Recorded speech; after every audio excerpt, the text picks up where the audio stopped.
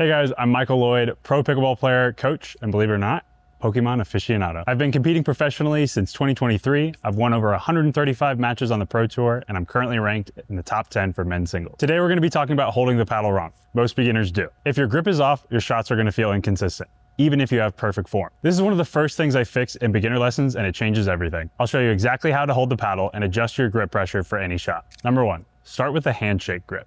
Imagine you're shaking someone's hand.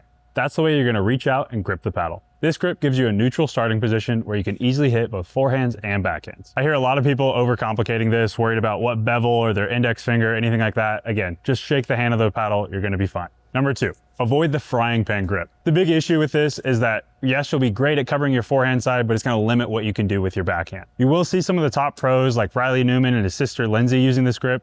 While they've made it successful, I don't recommend it for most players. All right guys, so like we mentioned earlier, with the pancake grip, it's really easy to cover the forehand side of your body, but once it gets to the backhand side, it's a little tougher. You're also putting a lot of pressure on your elbow. The other issue with a pancake grip is once you get an opportunity to flick on the backhand side, you're only gonna be able to pop that ball up. Number three, check your grip pressure. You either see beginners either death gripping that paddle or holding it so loose that they have no control over it. You wanna grip it just firm enough so that it doesn't twist when the ball hits. Think soft for resets, but firm for drives. I like to think about the rule of 10.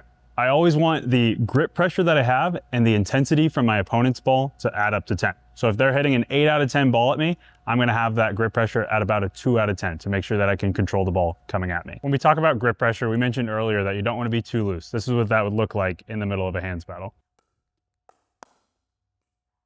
Number four, not having your paddle in a good ready position. It's a common mistake for players to either let their paddle hang low or off to one side. Your paddle should be up and centered in front of your body, around chest height, so you're able to block, reset, or volley. You know that guy that always gets body bagged? Well, it's because he never has his paddle up. I always like to think about having my paddle within eyesight. If it's drifted down here and it's no longer in my side of vision while I'm looking straight forward, I know it's gone too low. Another tip with your ready position is to use it as a guide to follow the ball. This is called ball tracking and will always make sure that your paddle is in the right position to cover the ball. I often see players having no ready position at all or the same ready position for every single shot. Instead, I like to think about the seesaw method. With the seesaw method, I'm always gonna pay attention to where the ball is on my opponent's side, okay? So if Alex has a ball up high, shoulder height, I'm gonna make sure my hands get nice and low so that I'm ready for that.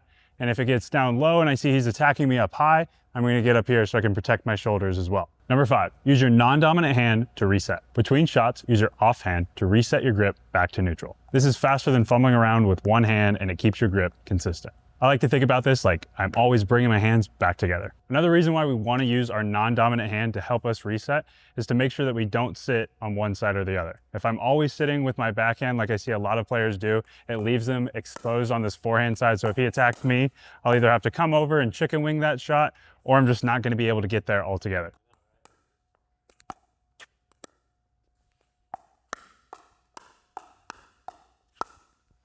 So let's recap what we just learned. Start with a handshake grip, avoid the frying pan grip, check your grip pressure, have a good ready position, and use your non-dominant hand to reset. If your shots feel weird or inconsistent, always start with your grip.